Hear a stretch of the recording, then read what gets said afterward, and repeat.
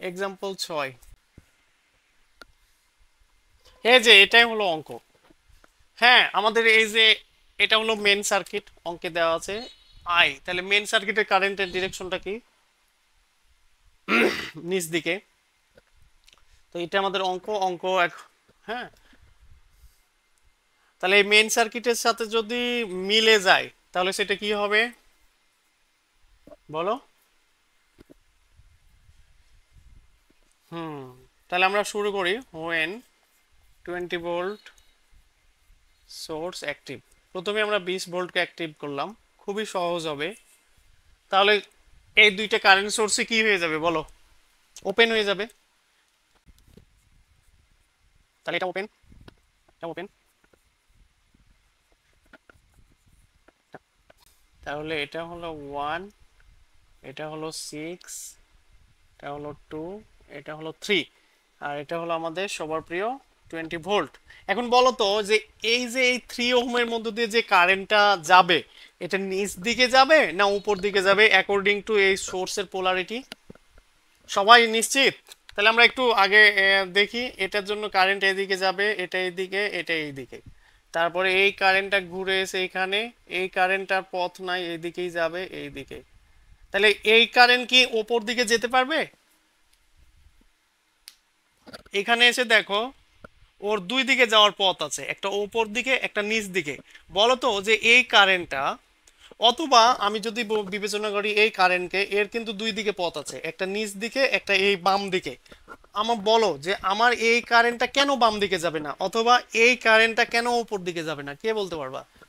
সহজ বাংলা, জীবনেও ভুলবা না, মনে রাখো। সেটা হলো যে পানি সব সময় কোন দিক থেকে কোন দিকে যায়? হুম, আবার বেশি থেকে কমে, উঁচু থেকে নিচুতে যায়।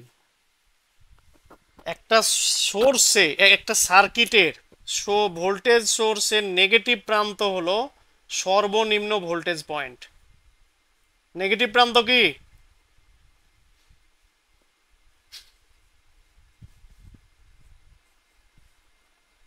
তার মানে এটা সবচেয়ে কি জায়গা? নিচু জায়গা। সবচেয়ে নিচু জায়গা বা সবচেয়ে হলো ওই বিল, বুঝো না? বিল। এটা হলো আমাদের বিল। তাহলে বৃষ্টি যখন হয় পানি সব ড্রেন দিয়ে গড়ে কোথায় যাবে? অবশ্যই সব পানি, বলো,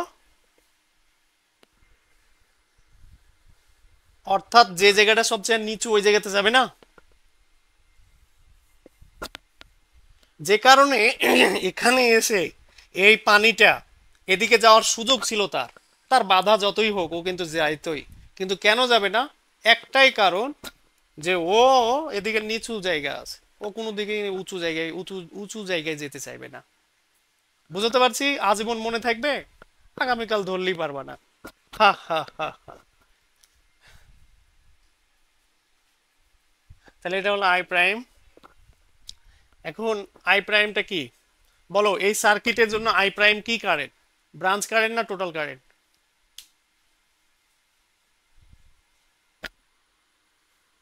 আর কে?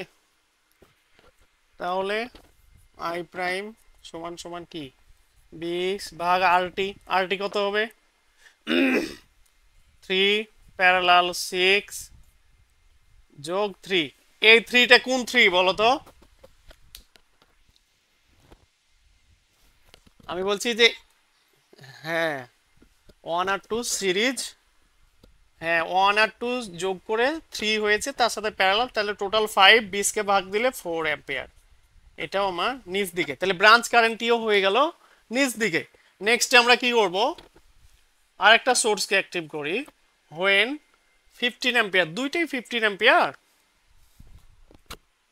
তাই তো?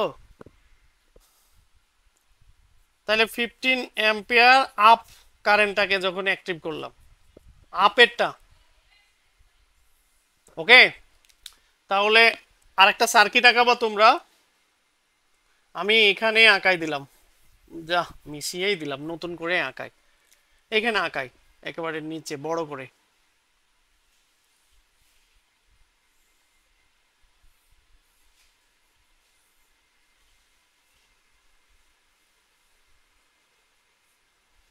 এই জায়গাটা কি হবে, ওপেন হবে, আর এই 20 ভোল্ট শর্ট হবে।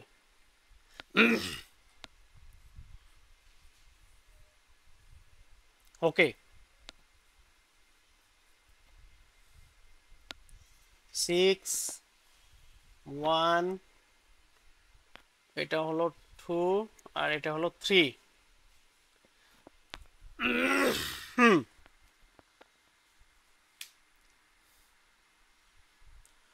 আবারও বলো যে এই যে 15 অ্যাম্পিয়ার কারেন্টের জন্য, এই সোর্সের জন্য, এই 3 ওহমের মধ্য দিয়ে কারেন্টটা নিচ দিকে যাবে না উপর দিকে যাবে?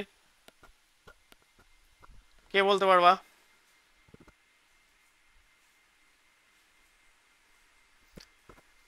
কারণ কি?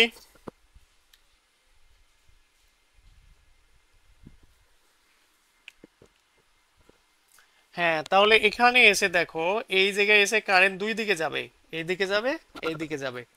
তোমাদের কি মনে হয় যে 6 ওহমের মধ্যে দিয়ে কারেন্ট যাবে না যাবে না?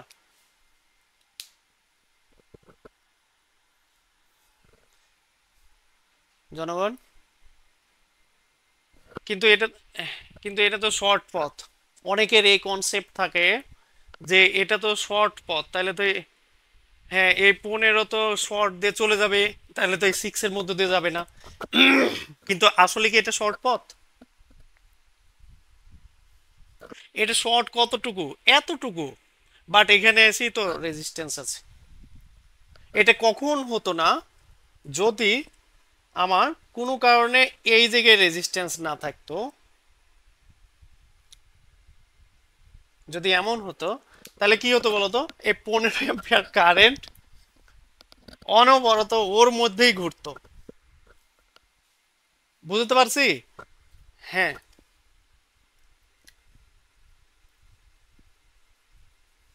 ওকে, তাহলে এখানে 15 দুই ভাগে বিভক্ত হবে, এটা নিয়ে কারো কোনো সন্দেহ নাই। যদি সন্দেহ থাকে আবারও বলো। তারপরে এই পয়েন্টে আসার পরে আবার দেখো দুই ভাগে বিভক্ত হচ্ছে, তার মানে এই আই ডাবল প্রাইমটাও আমার নিম্নগামী।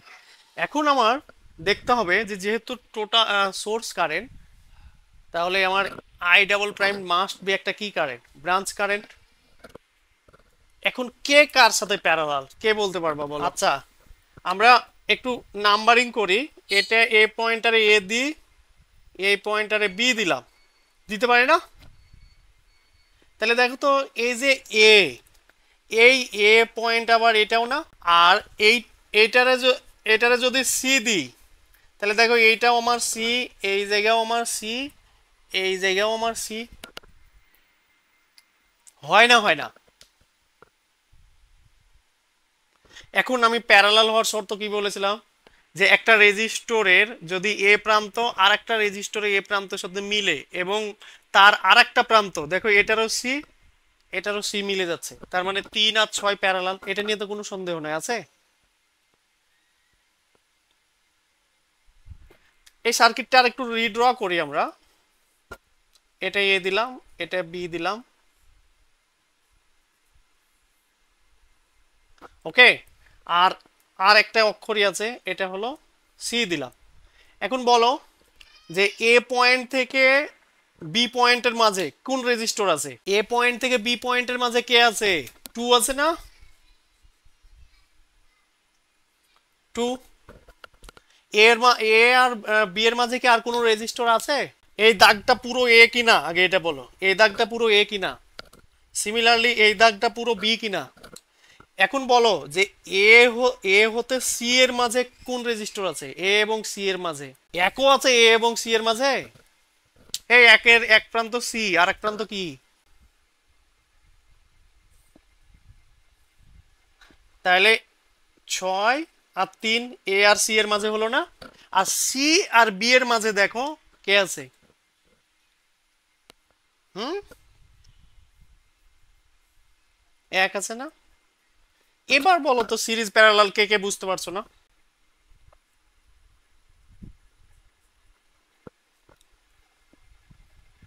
জনগণ, তাহলে আমার কি দরকার? আমার হলো এই আই ডাবল প্রাইম দরকার, তাই কি না? এখন বলো তো এই ওয়ান এখানে থাকা আর এখানে থাকার মধ্যে কোনো পার্থক্য আছে কি? অর্থাৎ মনে করো যে এই ওয়ানটা এখানে না দিয়ে আমি এখানে দিলাম, কোনো কোনো পার্থক্য হবে সার্কিটে ভ্যালুগত কোনো? কেন হবে না, কে কে বলতে পারবা? হ্যাঁ, সবচেয়ে বড় কথা হলো যে ওয়ান হলো আমার এই দুইটা প্যারালাল হওয়ার পরে যা হবে তার সাথে সিরিজ, তাই কি না? তো এই মুহূর্তেও সিরিজে আছে, এখানে থাকলেও সে সিরিজেই থাকতো, তাহলে আমার ওপরে দিলেও যা নিচে দিলেও তা। ক্লিয়ার সবাই? এখন এই 15 অ্যাম্পিয়ার কারেন্ট এখানে আসার পর তাহলে দুই ভাগে বিভক্ত হবে, এই দিকে যাবে এই দিকে যাবে। এই কারেন্টটার নাম দিলাম আমি I1। তারপরে এই I1 আবার এখানে এসে দুই ভাগে বিভক্ত হয়েছে, I ডাবল প্রাইম আর I6। ক্লিয়ার কিনা? তাহলে আমরা এখন কি করব, I1 বের করব অ্যাকর্ডিং টু কি কারেন্ট ডিভাইডার রুল। তাহলে total current into parallel resistance, parallel resistance কত? 2 ভাগ কি হবে দুই ব্রাঞ্চের রেজিস্ট্যান্সের যোগফল। তাহলে এক ব্রাঞ্চের রেজিস্ট্যান্স হলো 2, আর এক ব্রাঞ্চের রেজিস্ট্যান্স কত? 1 যোগ এরা প্যারালাল।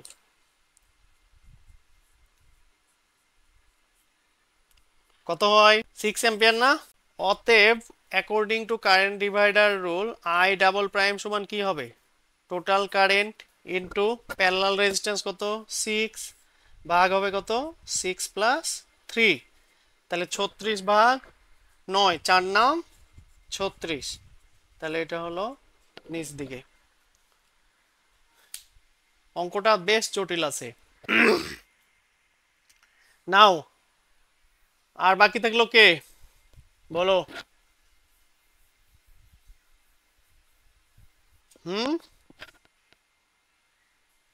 15 অ্যাম্পিয়ার ডাউনটারে এখন নিলাম, তাহলে এই জায়গাটা হয়ে যায় কি ওপেন,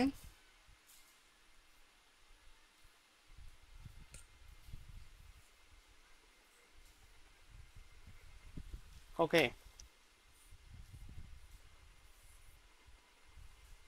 এটা এদিকে, এইটা এখানে এমন এমন এমন, ওপেনটা দেখালাম না, এমন না সার্কিটটা? এখন বলো তো যে এই যে I3 এর মধ্য দিয়ে যে কারেন্ট যাবে এটা এখন নিচ দিকে যাবে না উপর দিকে যাবে? কেন? অ্যাকর্ডিং টু আমার সোর্স। তাহলে এটা হলো আমার I ট্রিপল প্রাইম। তাহলে 20 ভোল্টের জন্য 4 অ্যাম্পিয়ার হয়েছিল, 4 অ্যাম্পিয়ার, এটা হলো নিচ দিকে ছিল, তাই এটাও 4 অ্যাম্পিয়ার হয়েছে, দুইটাই 4। বাহ, ঠিক আগের মতোই সিরিজ প্যারালাল, বুঝতে পারছো? এই পয়েন্টারে যদি এ বলি তাহলে এটাও এ, এটাও এ, এটাও এ, এটাও এ, আর এই পয়েন্টটাকে যদি সি বলি, এটারে যদি বি বলি, তাহলে এটা আমার সি পয়েন্ট। ঠিক আগের মতোই যদি আমি এ এবং বি এর জন্য সার্কিট আঁকাই,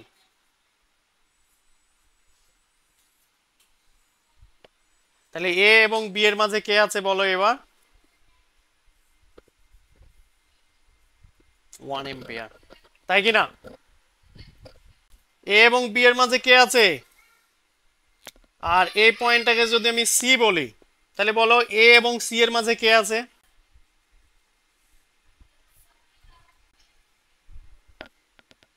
ঠিক বি এবং সি এর মাঝে কে আছে এবার?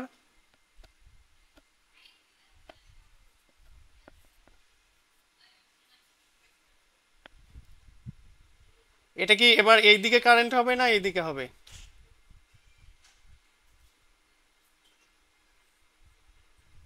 এরকম না জনগণ?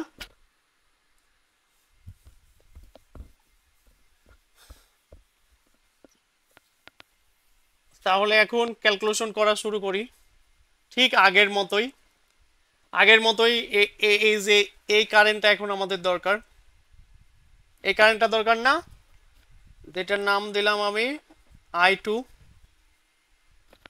তাহলে I2 পাবো কিভাবে? According to current divider rule, total current into parallel resistance কত 1 ভাগ 1, দুই ব্রাঞ্চের রেজিস্ট্যান্সের যোগফল, এক ব্রাঞ্চে আছে 1 আর এক ব্রাঞ্চে আছে 2 প্লাস প্যারালাল 6 3, তাহলে কত হয় 3 অ্যাম্পিয়ার না? তাহলে এটা সমান কি হয়? তাহলে টোটাল কারেন্ট, এটা টোটাল কারেন্ট হলো 3 অ্যাম্পিয়ার, প্যারালাল রেজিস্ট্যান্স 6 ভাগ 3 প্লাস, তাহলে 18 ভাগ 9 সমান 2 অ্যাম্পিয়ার। এইটা হয়ে যায় আমার কি ঊর্ধ্বমুখী। তাহলে এখন আমাদের ফাইনাল ক্যালকুলেশন, ফাইনাল ম্যাথ। তাহলে ঠিক একটু আগে বললাম কি, শুরুতেই সুপারপজিশনের শুরুতেই বলেছিলাম যে অঙ্কে যে সার্কিটটা দেওয়া থাকবে এটা আমার কি সার্কিট? Main circuit. আর এই যে আমরা যে আদার সার্কিটগুলো অঙ্কন করব এগুলো হবে ব্রাঞ্চ সার্কিট। এখন বলো যে মেন সার্কিটের কারেন্টের ডিরেকশনের সাথে ব্রাঞ্চ সার্কিটের কোন কোন কারেন্টের ডিরেকশন মিল ছিল? আই প্রাইম এবং I double prime, but I triple prime কি মিল আছে না বিপরীত? তাহলে আই সমান সমান কি হবে? যারা মিল তারা পজিটিভ, আর যে মিল না সে নেগেটিভ।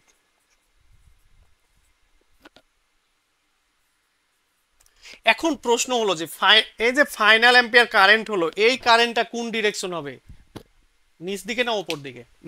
মেন সার্কিটের যেটা ডিরেকশন সেটাই হবে। ওকে।